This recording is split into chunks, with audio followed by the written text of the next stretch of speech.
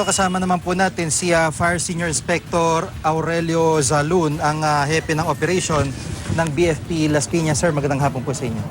Magandang hapon din sa inyo. Meron na ho bang update kung ano po ang naging sanhi ng sunog na ito?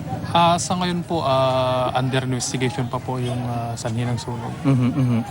At inaalam pa nila kasi ang origin ng sunog ay sa bahay ni Eduardo Angeles. Apo. Sa may second floor daw ng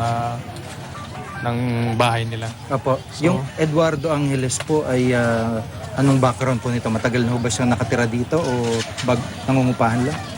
Yun pa ang inaalam po namin ng aming arson investigator. Ano mga anggulo ho yung tinitingnan niyo dito kung bilang sanhi po? Mateorya niyo po?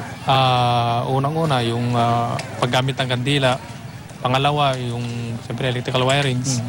Pangatlo ay yung baka naiwanan yung mga niluluto. So yun po yung ang teorya namin. Opo. Sa tatlong yun ho, ano po ang pinakamalakas po so far? So far, base sa initial investigation namin na sa electrical po. Opo. Sabi nitong si Eduardo Angeles. Opo. Yun hong mga residente, pati yung barangay, ang binabanggit to ay na umabot ng may 1 oras bago ho kayo nakarating, yung mga bumbero. Ano po ang masasabi niyo? Anong paliwanag niyo po dito? Sa amin po, kami po ay tumatanggap ng tawag. Kung ano yung tawag sa amin, in a span of 5 to 10 minutes. Opo. Depende po sa dalo ng traffic. Nakakarating po kami sa mga sunog.